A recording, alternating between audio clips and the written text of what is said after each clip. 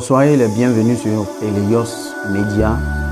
Les mardis, on parle mariage et on s'entretient. Les esprits vous attendent dans le mariage. Parce que le mariage, quand vous priez pour le mariage, priez que Dieu vous montre votre challenge. Quand vous priez pour le mariage, arrêtez d'avoir des images trop élevées, trop somptueuses du mariage.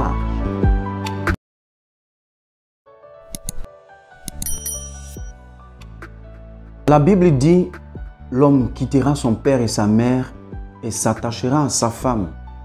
Et les deux deviendront qu'une seule chair.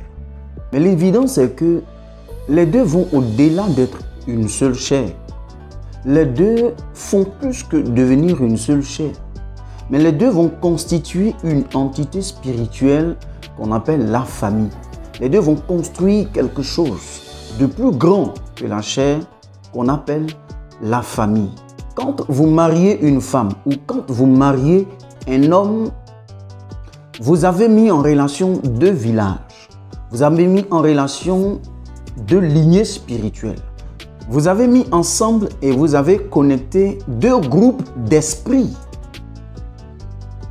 Vous avez mis ensemble deux parties dans le spirituel. Et tenez-vous bien, Satan n'aime pas le mariage. Satan aime la prostitution. Tenez-vous bien, quand vous vous engagez dans un mariage selon Dieu, c'est sûr que ces deux-là forment une équipe pour vous attaquer. C'est une évidence. C'est pourquoi vous devez traiter le problème du mariage ou la question du mariage dans son essence même. La Bible dit toutes les familles de la terre tirent le nom de Dieu. Donc la famille, elle est d'abord spirituelle puisque Dieu est esprit. Et c'est Dieu qui a créé l'homme et l'a mis sur cette terre afin que l'homme multiplie et que l'homme produise des familles. Donc, il faut traiter le problème du mariage dans son essence parce que son essence est spirituelle. Je dis toujours, le mariage, c'est d'abord une question d'esprit. C'est dans la dimension spirituelle qu'il faut traiter le mariage. Je pourrais même dire l'avant-mariage, le pendant et même le après. Parce que je me dis que si l'un des deux s'en va, on aborde l'après-mariage. Je connais l'histoire d'un couple que j'ai eu la grâce d'entretenir et de coacher. Le couple avait déjà passé 8 ans de relation. Et il a commencé à avoir des mésentendus, il a commencé à avoir des problèmes dans le foyer. Le monsieur m'a dit une chose. Il dit, pasteur, j'ai dit oui. Il dit, c'est moi le fautif, mais je ne veux pas laisser ma femme. Pourquoi? Parce que dès le départ, avant même que je n'entre dans une union sacrée de mariage avec elle, j'avais entendu la voix de Dieu à plusieurs reprises. Et c'est sur la base de ce que j'ai entendu de Dieu qu'aujourd'hui je garde ma femme. Sinon, si je veux considérer l'aspect physique, l'environnement actuel de notre mariage, je l'aurais déjà laissé. Si je voulais tenir compte vraiment de la chair et traiter notre problème actuel dans la dimension de la chair, on se serait déjà séparés. Mais ce qui me fait tenir jusque-là et garder ma femme dans cette maison, c'est la voix de l'Éternel que j'ai entendue. Et quelle est cette voix qu'il avait entendue dès le départ? Il m'a dit, pasteur, j'ai dit oui. Il dit, quand je priais pour avoir une femme, et surtout quand j'étais en train de prier avec cette sœur-là, Dieu m'a montré des images. Et les images qu'il m'a montrées ont été toutes négatives. Je dis, ah bon? Il dit oui. Elles ont été toutes négatives, mais derrière ces images négatives que l'esprit me présentait là, il y avait toujours la voix de l'esprit qui disait, il faut la prendre pour femme, il faut la prendre pour femme. Vous savez, Dieu connaît votre destinée, Dieu connaît votre lendemain, Dieu sait ce que vous allez devenir. Et quand vous voulez parler de la question du mariage, il faut aller à la source de celui qui connaît votre vie et votre destinée. L'esprit lui disait chaque fois que cette fille que je te donne là, tu vois, apparemment, elle n'est rien. Apparemment, elle n'a pas les moyens. Apparemment, elle ne peut rien t'apporter. Humainement parlant, elle est vide. Mais toutes les fois que cette femme, elle ouvrira la bouche pour demander quelque chose, je lui accorderai cette chose. J'ai donné une grâce exceptionnelle, un don de vision puissant à cette femme-là. Toutes les fois que quelque chose du mal va commencer à se tramer contre toi, elle verra ça.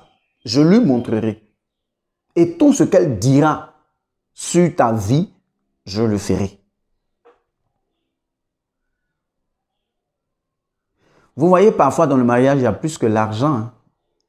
Il y a ce volet spirituel des choses-là. Vous voyez, parfois dans le mariage, il y a plus que l'aspect physique que vous voyez. Hein. La trop grande et belle image que vous faites du mariage et qu'on vous vend souvent sur Hollywood. Hein. Il y a plus que ça. Le mariage est spirituel. Et Dieu considère la chose dans l'aspect spirituel la plus profonde. Aujourd'hui, le foyer est à bord de se déchirer, mais le foyer tient parce que l'Esprit a parlé. Quand le foyer repose sur la voix de Dieu, la voix de l'Esprit, le foyer doit résister. Parce que la Bible dit tout ce qui est né de Dieu triomphe de toutes les circonstances de la vie.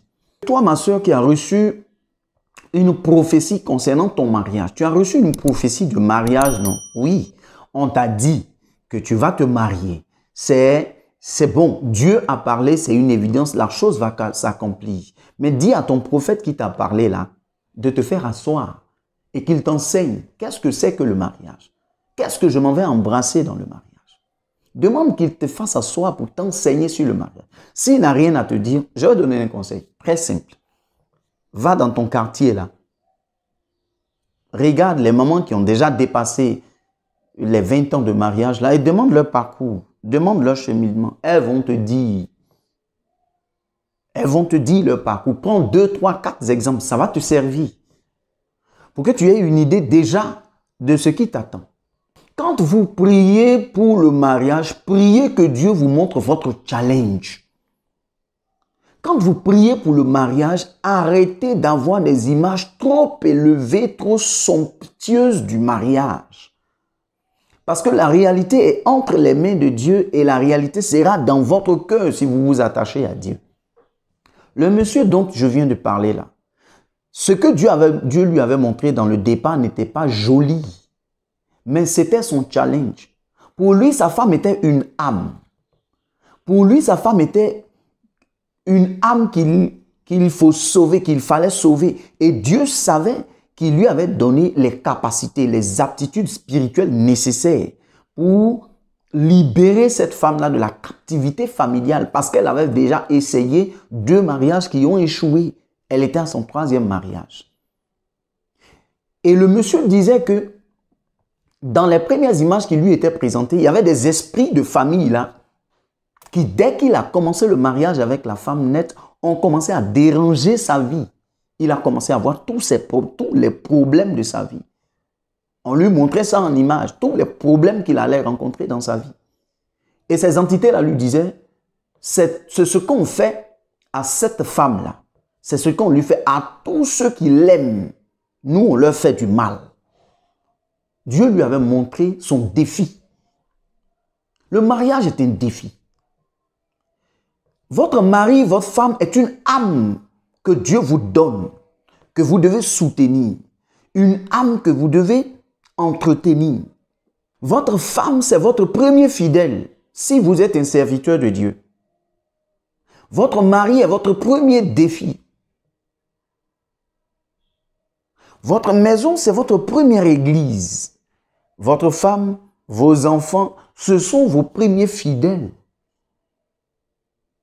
La Bible même dit qu'à celui qui n'est pas capable de gérer sa propre maison, qu'on ne lui donne pas une tâche de responsabilité dans l'église. Parce que comment il pourrait gérer les hommes s'il n'arrive pas à gérer sa maison?